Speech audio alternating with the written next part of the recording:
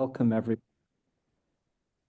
Welcome to this session on Arts and Humanities research with immersive technology and its impact, which has been organised by the AHRC's Southwest Impact Acceleration Account cluster. Thanks to everyone for organising.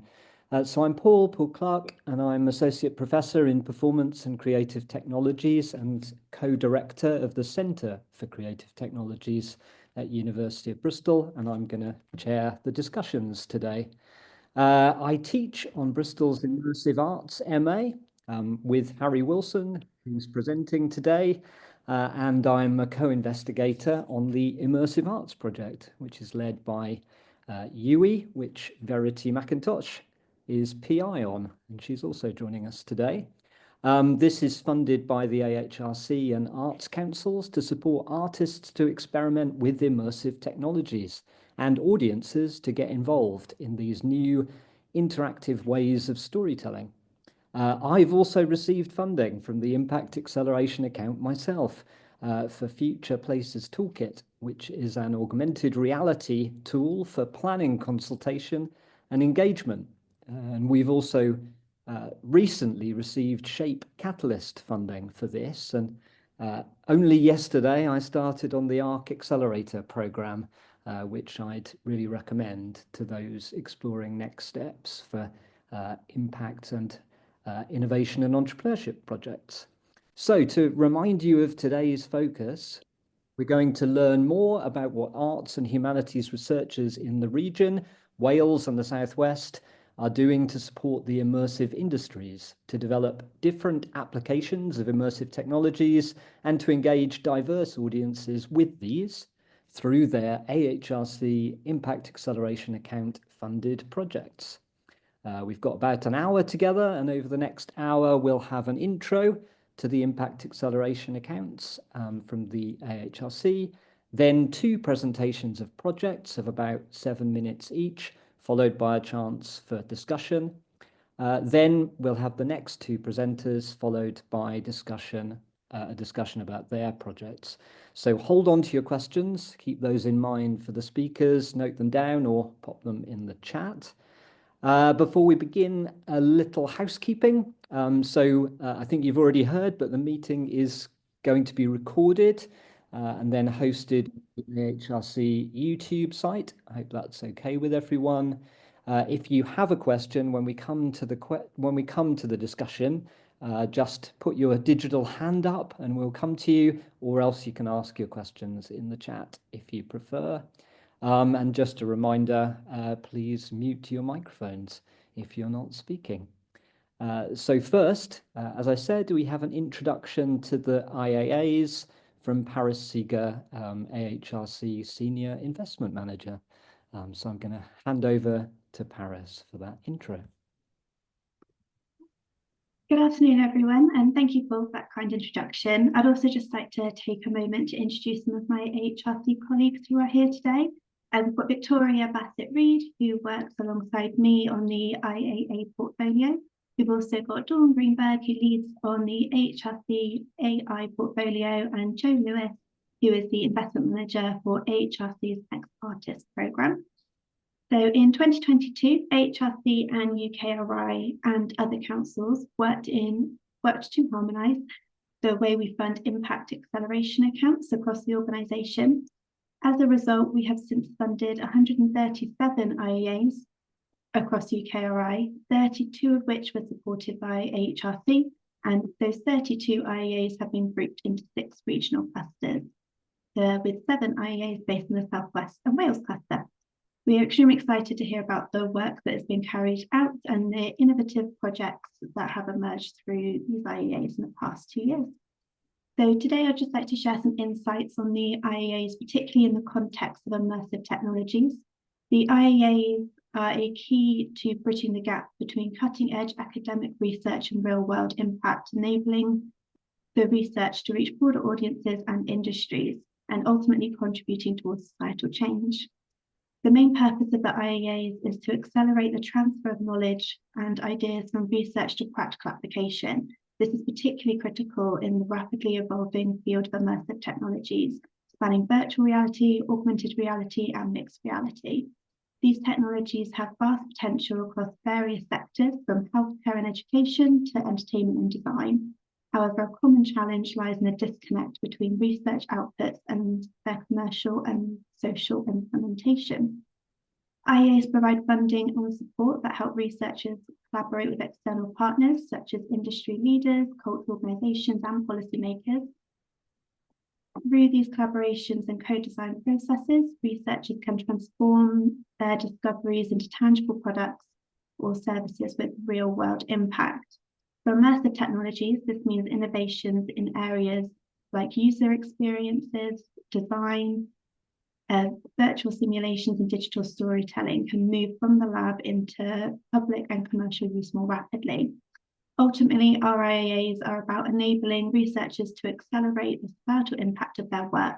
In immersive technologies, this means fostering partnerships that ensure these powerful tools are accessible, useful, and impactful across all sectors of society.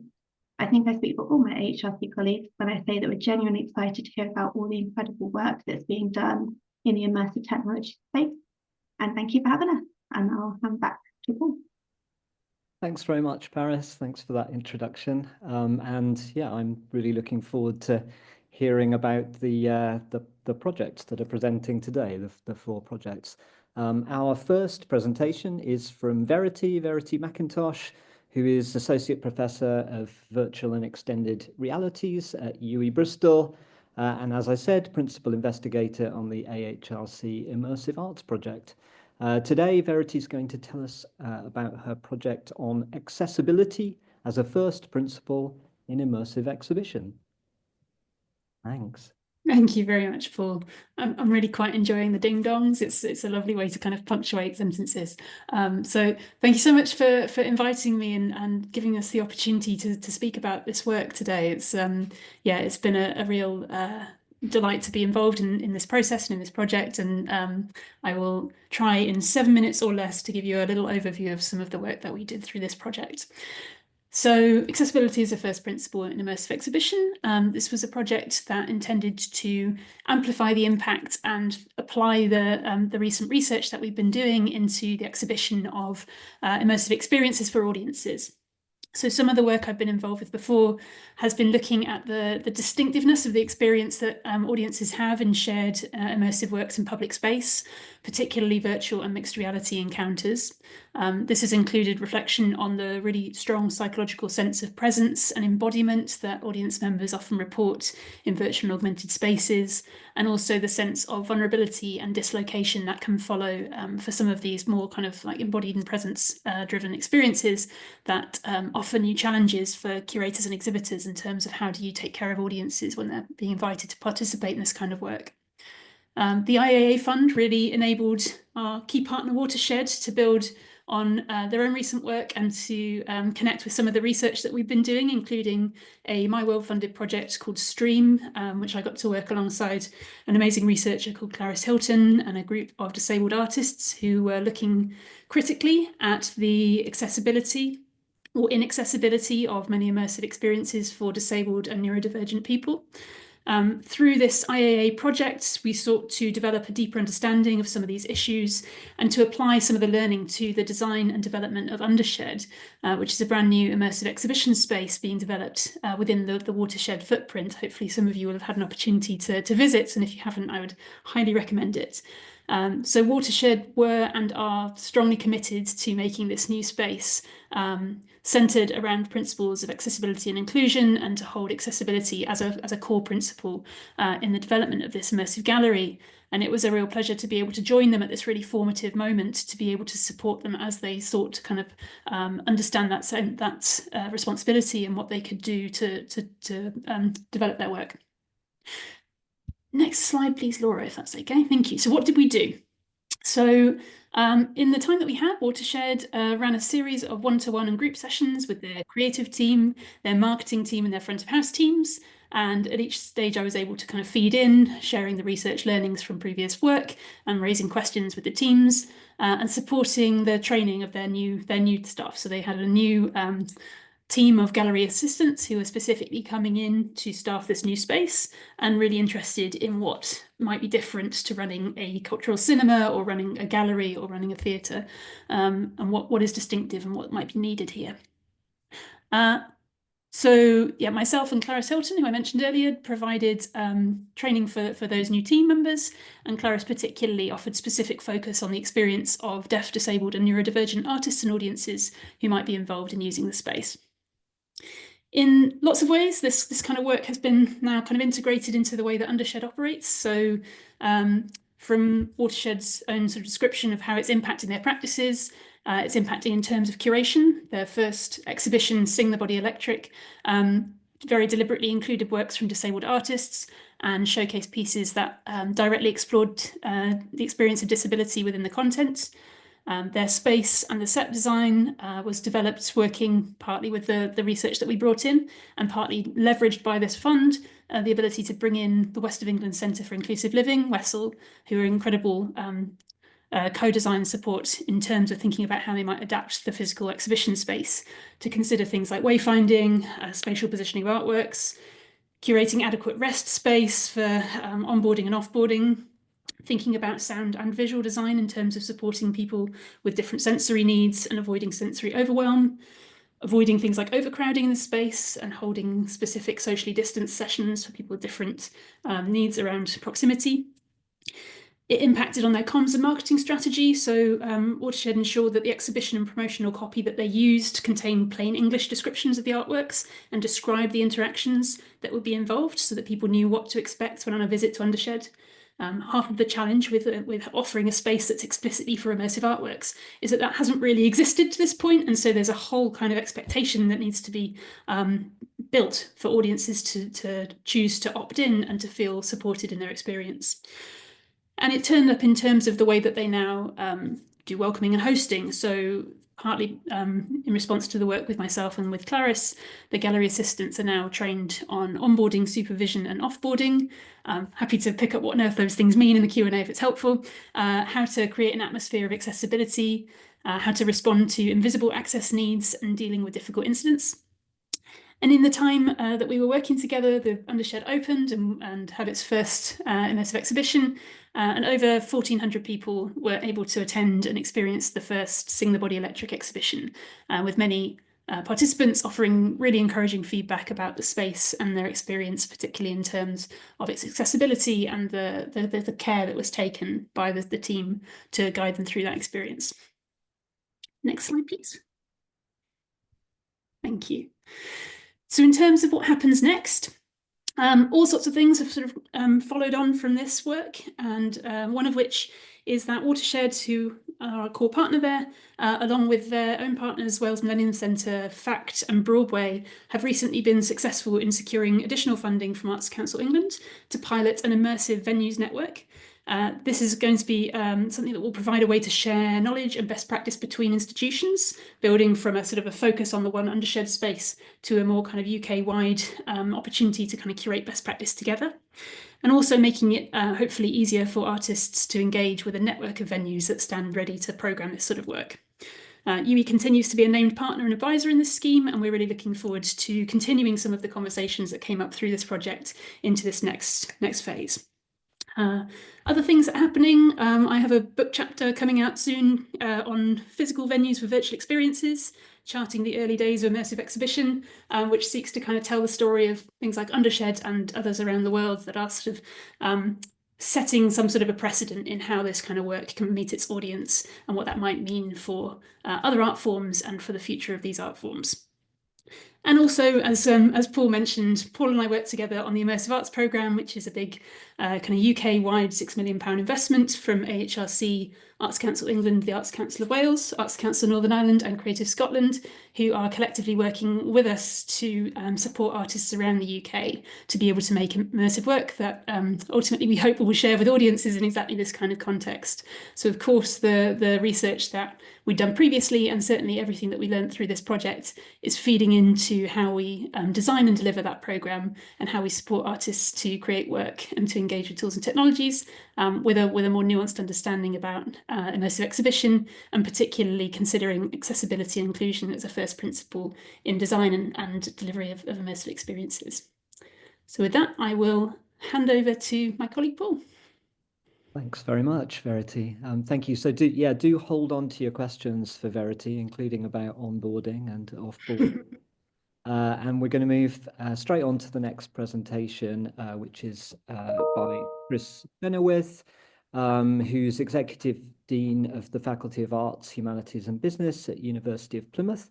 And Chris is going to talk about R&D pipelines for creative industries, SMEs, particularly about autism and immersion, and his work with Squid Soup. So there's a thread of the inclusive design of immersive experiences. So yeah, I'm going to pass over to Chris. Yeah, good afternoon, everybody. Thank you for the introduction. As Paul says, my name's Chris Benowith. I'm the Exec Dean for the Faculty of Arts, Humanities and Business here at the University of Plymouth. And that was really interesting, I think, to listen to what you've been doing there, Verity. Lots of the kind of insights that you talked about there and indeed the kind of processes that you've put in place really kind of resonate with some of the feedback we were getting through the work that we've been doing. Anyway, so it's a pleasure to be here this afternoon talking to you about this project. I felt very grateful to have the opportunity to use the IAA to look at the transferability of the work I've been doing with Squid Soup over many years, and actually the opportunity for them to kind of move into a whole new space as well is kind of really exciting. My creative professional and creative background, is as a graphic designer and an interaction designer, and I've been working with my main collaborators on this IAA project Squid Soup for over 20 years. Obviously not on the IAA itself, but previously we've had that relationship, and I'll talk a bit more about that a bit later. Can we have the next slide, please? So Squid Soup, some people may know them. They're an art and design collective led by Anthony Rowe, who are interested in the development of immersive experiences in many different forms, but most recently we've been working with large arrays of LEDs to create immersive walk-through sound and light environments where digital spaces are overlaid onto the physical environment. So there's one in the background here. This is the submergence grid, which is the most kind of recognized piece of work that Squid Soup have created. It's been toured internationally, shown at festivals and galleries around the world, and used as a performance tool as well for high-profile shows by the EDM producer Fortet. So I've been lucky enough to do massive 10,000 people shows in Alexandra Palace in LA and New York with Squid Soup using this grid as well. Fantastic experience. So each of those LEDs is individually addressable, so you can kind of create volumetric shapes and experiences through the grid. If anybody's interested, you can go to squidsoup.org to see more of their more of the other projects that they work on as well. So I used to work as a member of Squid Soup commercially in the early stages of my career, and when I moved into academia, I continued to work with them on projects as part of my research, which was sort of feeding or feeding into, I suppose, their ongoing R&D projects. So this was an interesting relationship, and brought the universities I was working for at that point in close contact with a small arts-based SME, and brought Squid Soup into contact with universities, the big beasts that they are, which was both exciting and challenging at the same time. So over the years, I'd worked with Squid Soup on a number of projects, but mostly in an ad hoc format and not really in a formalized way, which hadn't enabled either Squid Soup or the university to kind of capitalize on that sort of strange relationship, I suppose, that all the work that was created at the end of it. There was no kind of longevity or kind of legacy in what we were doing. So this IAA project was an attempt to try and formalize a relationship between Squid Soup and the University of Plymouth at the moment by bringing Anthony in as a fellow to work with me on two things primarily. Firstly, a specific commercialization project that could act as a prototype for any future relationships. I'll dig into that a bit more shortly. And second, a broader model for R&D engagement that could be applied to working with Squid Soup, but also more broadly to other small arts and creative SMEs And this was looking at how you draw on the strengths of each party to create something which is greater than the sum of its parts. So from the SME's perspective, this would be beneficial for creating the headspace to engage in early stage R&D and access a lot more knowledge and research from across the university. And for the university, there's an advantage of using the speed and agility of the SME, Squid Soup in this case, to prototype and test ideas, which traditionally in other projects that we'd worked on hadn't really been the kind of university's kind of forte or strongest point. Interestingly, I was at the Creative UK event yesterday up in London, which was referencing their latest research into creative industries businesses accessing finances and resources. And in that report, there's a lot about private equity and the need for private equity and investment. But I still think there's a lot of exciting collaborations to be had between universities and creative industries businesses too. I think we used to have lots of opportunities through initiatives like the Southwest Creative Technologies Network, Cultivator down in Cornwall, and React previously. But outside of the clusters grants, we don't seem to have many of those opportunities anymore. It was notable also at that event that a lot of the discussion was around the north and nothing south of London as priority areas was discussed. So things like the IAA grants are very much appreciated. Next slide, please. So given the time that I've got here today, I thought I'd just focus on the specific project that Anthony and I have been working on together and the outcomes from that. So whilst enabling, whilst exhibiting the large-scale LED grids shown in the previous image there, we had a lot of anecdotal feedback from neurodiverse audience members or parents of neurodiverse children who'd been observing the positive effects of being immersed in these light and sound environments, both on themselves or their children. Varying positive effects were reported, but mostly had to do with aspects of feeling calmer, more focused and more engaged. And also we observed the ability for these spaces to create conversations and unsolicited social interactions where in other contexts this may have been difficult for individuals. A key part of our immersive environments, which is distinct from other VR technologies, for example, is the ability for them to be occupied and shared by multiple people at the same time, creating shared social experiences. I've just been told I've got 1 minute, so I better hurry up. The key thing really that we did was we exposed autistic groups of participants to these the Squid Soup works, and we undertook some qualitative work with them afterwards, just to kind of glean some more insights into their experiences that we really wanted to turn into a further kind of insights for future work. With the idea being really that we could work with NHS trusts to kind of look at potential of creating a commercial and scalable version of these works. Next slide, please. Ideally, we'd like to create something for the NHS that's akin to the sort of sensory rooms that they use in schools, sort of spaces that would sit within waiting rooms or within hospitals that patients, autistic people could kind of use to reduce anxieties if they've got long waiting times, or just to sort of go in and relax themselves. Future really, we've put in an AHRC grant, which we weren't successful with, unfortunately, a standard grant, and we're now just waiting to hear back from Mindset grant that we've also put in, which is looking at kind of commercializing the submergence work to go into an NHS setting. And that's all from me. Thank you for listening. Thanks a lot, Chris. So we do still have a little bit of time for questions.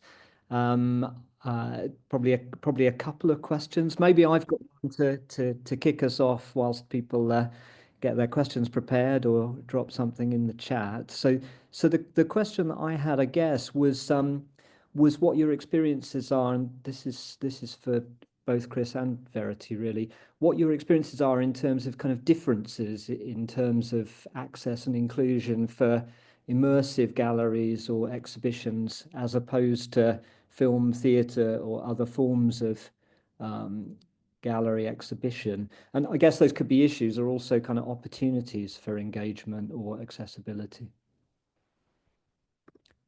Who'd like to respond?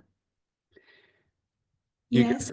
You go first, Verity. Okay. I mean, there's loads to say, but I guess one of the things that comes up a lot is that in kind of cultural spaces, there's often a lot of challenges to engaging. People often report feeling kind of intimidated crossing the threshold of cultural venues, but there is this sense that there's a sort of a secret code that you can gradually unlock. You know, if you go into a cinema, you probably need to work out, go and sit in a chair and look forwards and there'll be a rectangle there. You know, if you go to a traditional theatre, you go and sit in a chair and there's a rectangle there. If you go to a gallery, you walk at about 2.5 miles an hour past some rectangles, and there's some sort of like codes of behaviour that sort of have history and can be shared.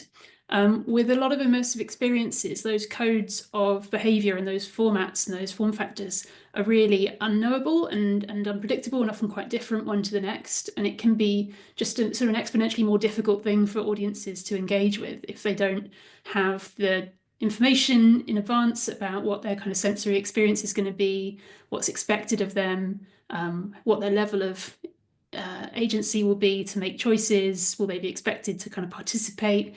It's a bit sort of front row of the comedy gig level of anxiety about, will you be asked to do something, sort of impromptu, and it can make these environments quite high stress in a way that doesn't always get fully accommodated by people who are running them, who are much more familiar with what it is and what's expected.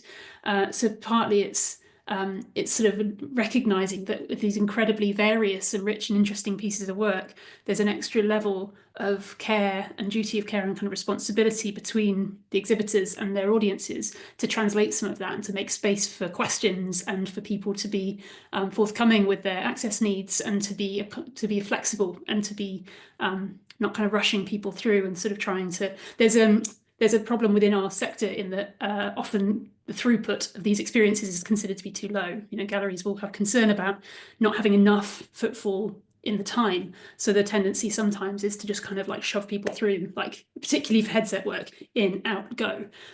Whereas they're incredibly sort of psychologically and emotionally affecting works in many cases. So that sort of sausage factory thing can really compound that sense of personal vulnerability and overwhelm. So trying to think differently about what audiences need to be able to be kind of fully empowered to occupy these spaces and to engage with them in their own way just requires a new set of parameters that we're kind of getting there, but it's just taking time, I think, for venues that are more used to these traditional formats that have rules to these new formats that haven't quite settled yet. Thanks very much.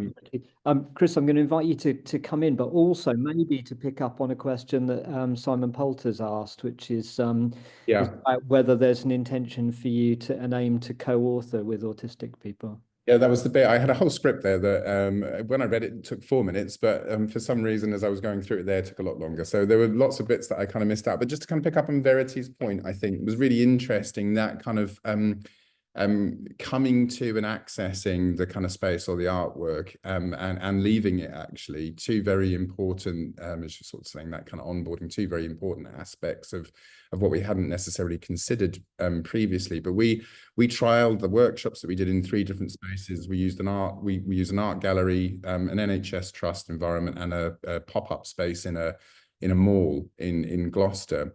And the one we did in Gloucester was really interesting because autistic people were just sort of saying, well, this is easy for me because I can just kind of walk in. I don't have to think about the fact that I'm going to go and see this piece of work. I'm just kind of walking past it and I can go and dip into that. And it, you know, it relieved the kind of anxiety of thinking about going and visiting the piece. And just in relation to Simon's work, the AHRC grant that we put in, the standard grant, was to co-design, co-create a brand new immersive artwork with autistic groups of autistic people in Devon, Cornwall, and Gloucester. So to involve them in the front end of the process, take them all the way through with Squid Soup to the kind of creation of that final piece of work, to draw on that kind of lived experience and their sorts of insights. So I want to repurpose that again and see if we can do it. But yeah, it was an aspiration, Simon, definitely to do that.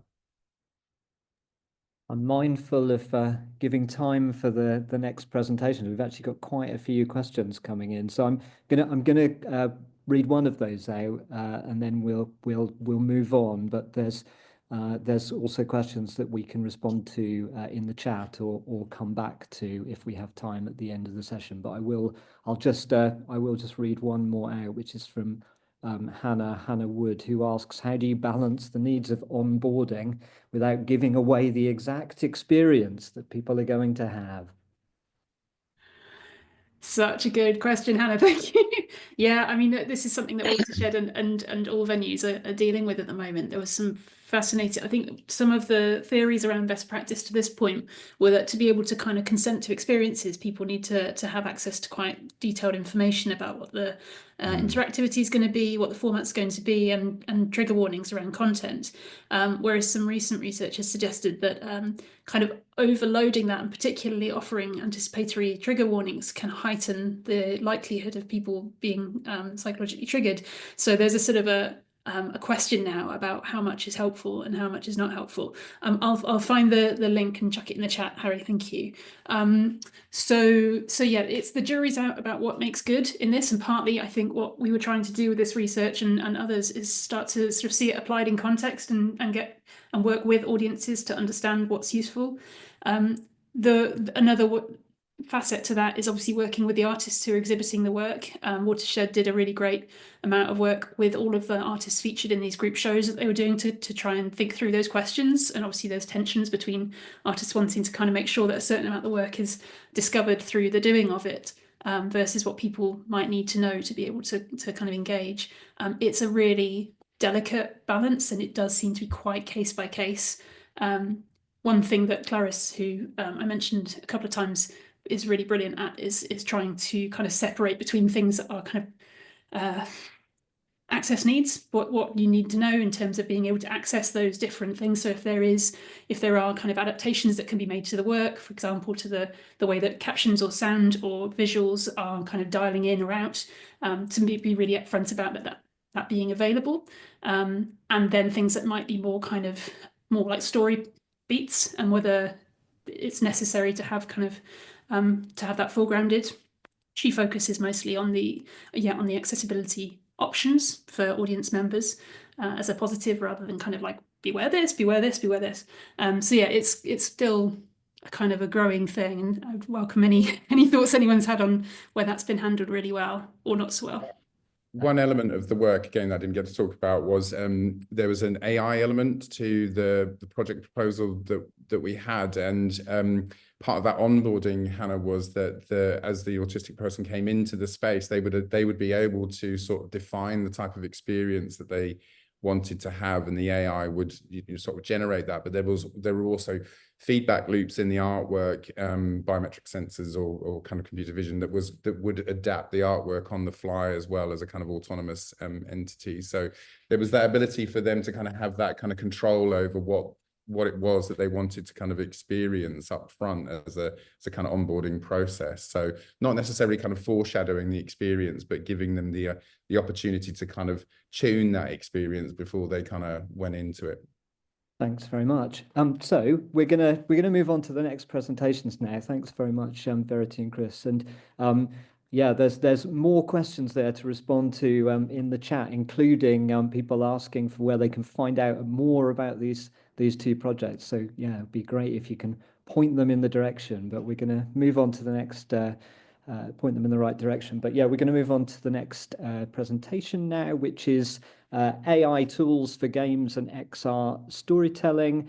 And Harry Wilson is going to present on this, and Harry is lecturer in digital theatre here at University of Bristol, a colleague of mine on immersive arts, a member of Bristol Digital Game Lab and the Centre for Creative Technologies. So yeah, look forward to hearing about the project, and I'll hand over to Harry.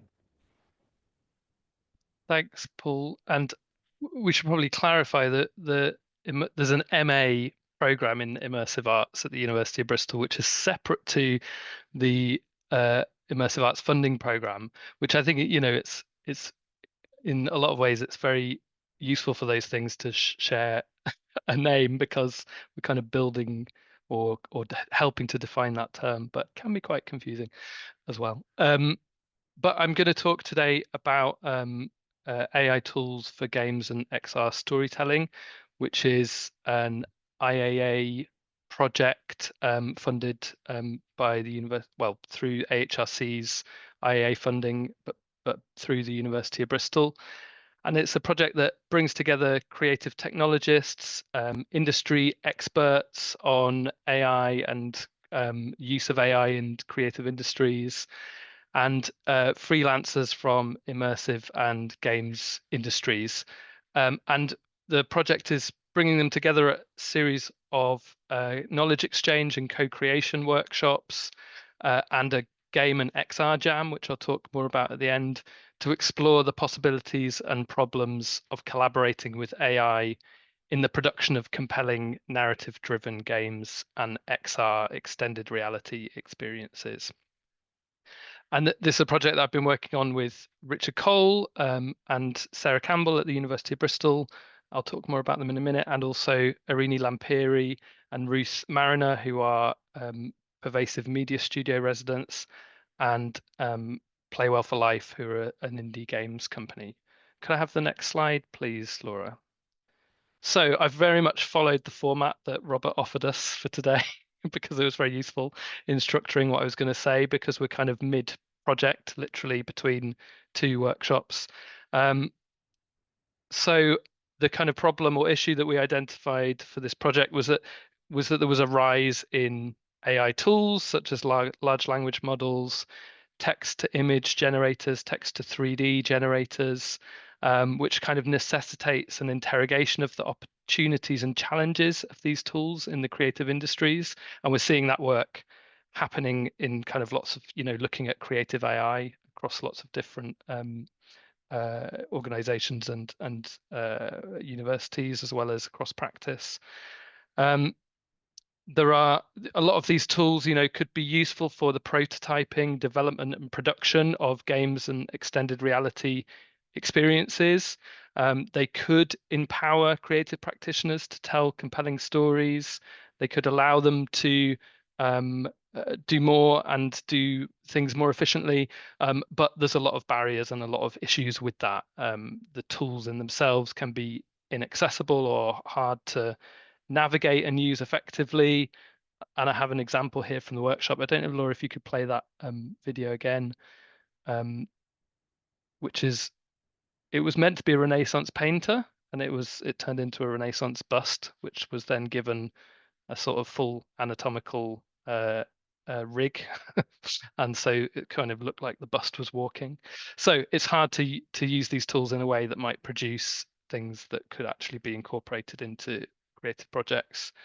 And of course, as we know, there are many ethical and intellectual property concerns with using these tools, and a lot of grey areas and a lot of and a lack of information, I think, about how to kind of use them responsibly. So that's something we're kind of trying to address in the project. Next slide, please, Laura. Thank you. So as I said, I'm working with Dr. Richard Cole, who's a lecturer in digital classics at the University of Bristol and co-director of the Bristol Digital Games Lab. Dr. Sarah Campbell, who is CEO of Play Well for Life, one of our partners, but also works as a producer for My World, which is based at the University of Bristol, but with university partners across the Southwest. And project partners Irini Lampiri, who's a creative XR director and PM studio resident. Ruth Mariner, who's a creative director and narrative designer for theatre, XR and games, also based at Pervasive Media Studio. And Play Well for Life, who develop serious games. They're an independent games company who develop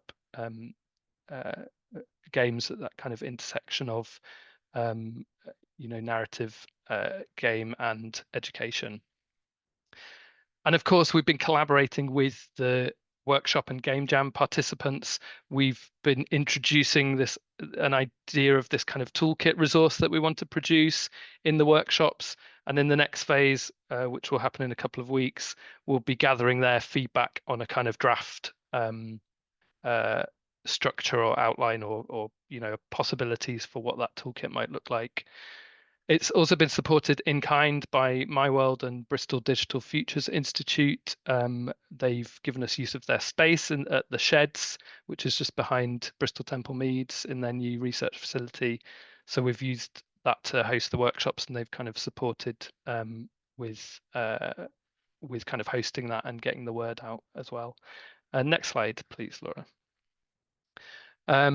So yeah, we're kind of thinking that the workshop participants themselves will kind of build skills and develop networks, but also gain awareness of how to kind of incorporate these tools responsibly in their practice. But we hope to kind of disseminate this more widely. 1 minute. Oh gosh. Okay.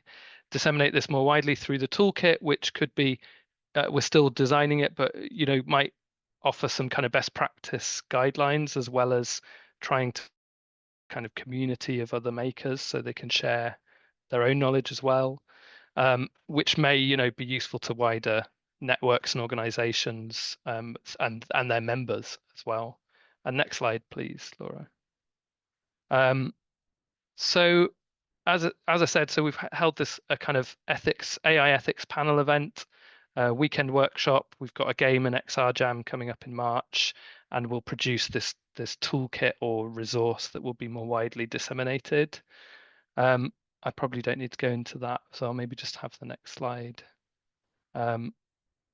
Yeah, and with some kind of feedback from the workshop has been really positive. People found it really kind of inspiring or informative, collaborative.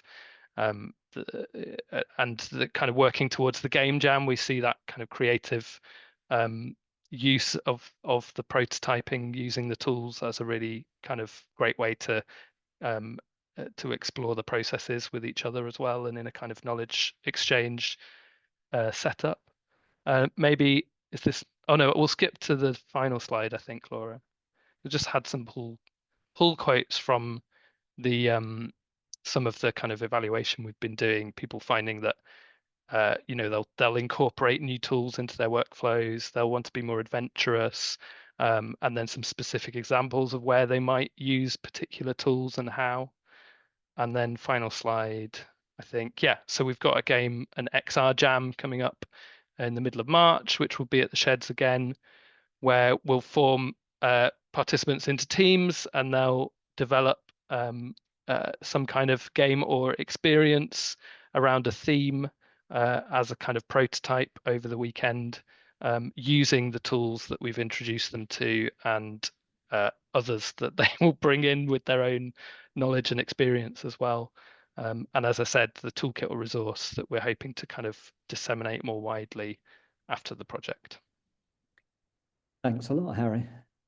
So yeah, looking forward to seeing how that project develops, and also seeing the toolkit when that's disseminated. So we're going to come to our last presentation of the day, which is about ViewfindR, and so the presentation is by Sachi Jain and Daniel Finnegan from School of Journalism, Media and Culture and the School of Computer Science and Informatics at Cardiff University. They're going to talk about ViewfindR using virtual worlds to transform learning in visual journalism. Okay.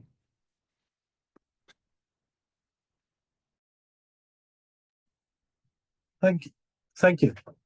The basic motivation for our project, ViewfindR, comes from the fact that video is now ubiquitous.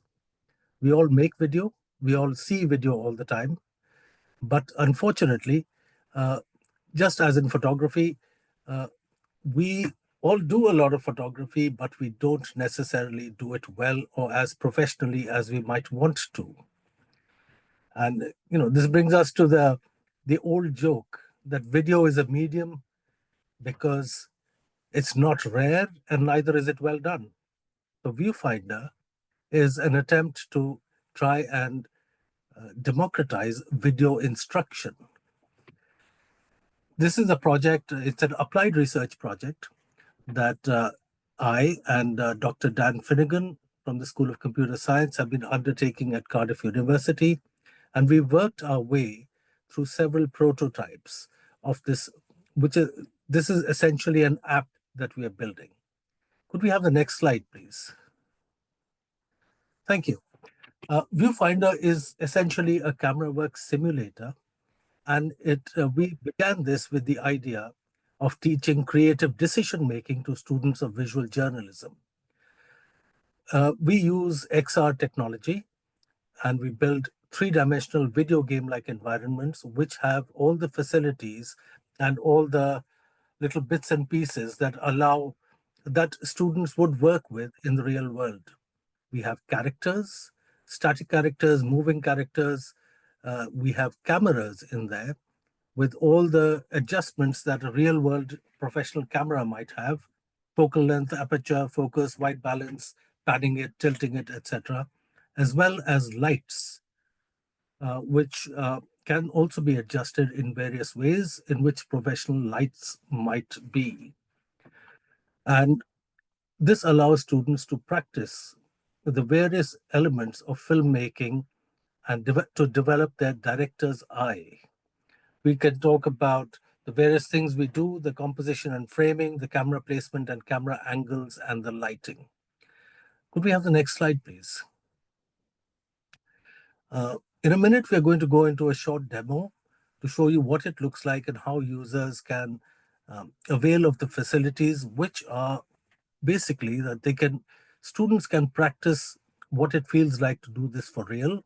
They can undertake repeated experimentation and reflection as a substitute for traditional face-to-face experiential learning. And we are now working on an innovative feature of automated assessment to give feedback and tips to students on how to improve their work. With that, could we move to the next slide? And I'm going to hand over to Dan Finnegan.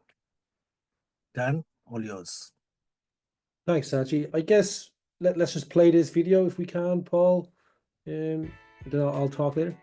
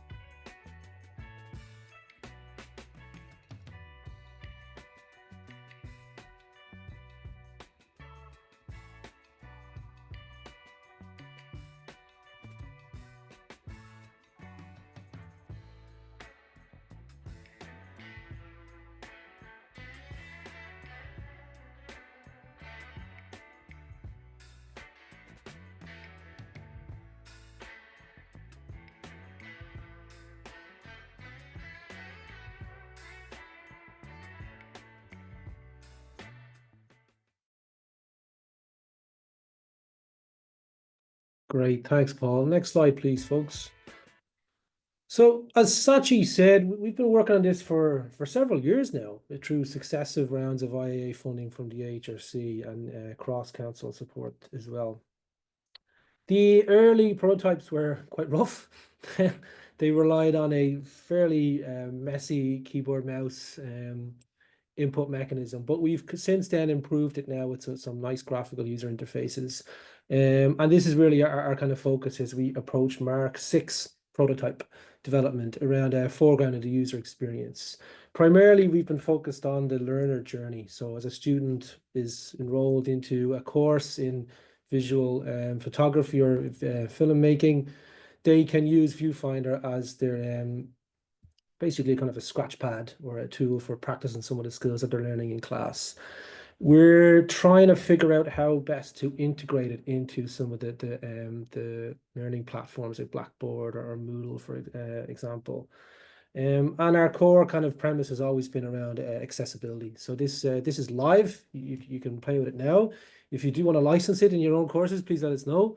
So it's accessible through the web. So it's technically it's a Unity. We use the Unity game engine.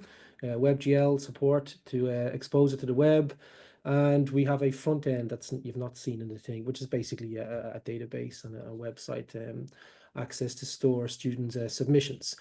As Sachi alluded to, one of the biggest work package at the moment is this automated assessment. So we sat down and had some ideas how we might be able to integrate some of the cutting edge AI technologies, large language models, etc. And what we've developed so far is a traditional rule-based AI tool to assess based on several heuristics that come from experts like Sachi and other kind of visual filmmakers. And then we're going to start playing around with generative AI tools, statistical-based machine learning models to see how we can expand the breadth and scope of functionality there. So for example, inject the output from our symbolic, if you like, based AI tool for assessing students into a large language model, ChatGPT, to generate kind of free text summary. That would be very, very useful in terms of text-based feedback to the students. So next slide, please.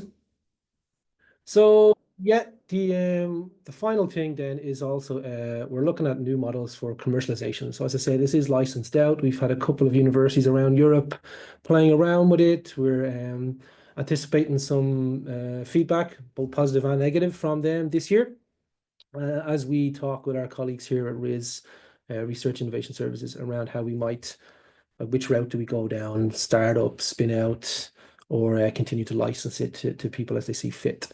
Sachi and I are also trying to figure out whether or not this should be primarily a formal learning-based tool, so it's something you subscribe to as part of a university course, or if there's scope and markets in the kind of informal learning, kind of at home, want to practice my skill, want to kind of vlog, for example, can you do a kind of a subscription-based monthly model, that kind of thing. Yeah, I think next slide is just thank you, and that's it. So yeah, we welcome any questions, both Sachi and I, and thanks for listening.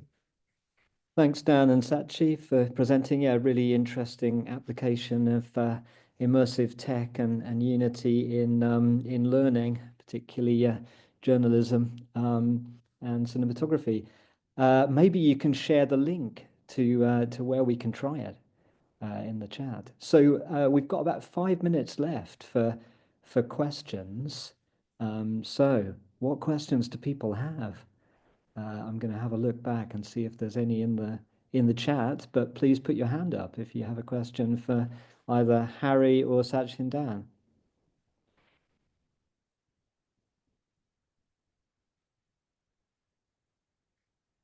If there are no questions at the present time, let me just pop in to say that, yes, it is live on Cardiff University servers, but please write to us because we need to onboard you. It's not open access. It is access through passwords. So we're very happy for people to try it out because the ambition is to give, and this is where we began, to give students an opportunity to play with the various parameters so that they feel more confident when they go out with real world cameras. They are confident of their creative decisions, because we found that is the real problem. When we train students, we tell them in the classroom, look over their shoulders and say, no, frame it this way or that way. And when they go out and they're faced with real world people and they've got to put up the camera and there's a car honking behind them, they kind of lose all their learning and come back with rubbish video. So this is about teaching them to be more confident of their creative decision making. And now we want to take it much further and be able to replicate the experience of over-the-shoulder learning that we normally provide in the classroom. And say, well, you place the camera there, but for this kind of shot, why don't you try moving a bit further left? Or why don't you try moving in a little bit and see if you see how it looks for you to you at that time? Thanks. Yeah, thanks very much, Sachi. So I did have a question from Simon, which is about digital mush, and this is for Harry. Although anyone can also come in on this, but yeah, Harry, the question is there a need to look at creative workflows, particularly with AI tools, to avoid digital mush? What do you think? The short answer is yes. I suppose I don't quite know, Simon, what you mean by kind of how you might look at those workflows, but just to say, I guess, we're thinking about trying to provide some resources both for people who are quite kind of technically capable, but also for people who might not be, so that it might in some ways kind of bridge those gaps and the kind of skills gaps between more kind of creative-minded team members who might be less skilled technically, and the other way around. Of course, there's a huge crossover there in kind of games and immersive tech teams. But could you use these tools to kind of rapidly get to a place where you can be sharing ideas and prototyping and ideating immersively, rather than doing that on paper, which can also be very useful. But yeah, of course, there is an issue with digital mush, and of course an issue with digital mush of the content generators themselves, because which are some of the kind of issues and problems we've come across in the project. Unless you're interested in kind of foregrounding the aesthetics of AI in a way, in which case digital mush can be very useful. So I think that might be our last question. I'm mindful of trying to finish on time, and I'd like to have a chance to thank our speakers and thank all of you for listening. So yeah, thanks to all our speakers for presenting their projects today, and thanks to all of you for joining us this lunchtime. And yeah, do get in touch if you have questions, either of the presenters or of the AHRC or any of us. Yeah, thanks very much for joining. Thanks for presenting.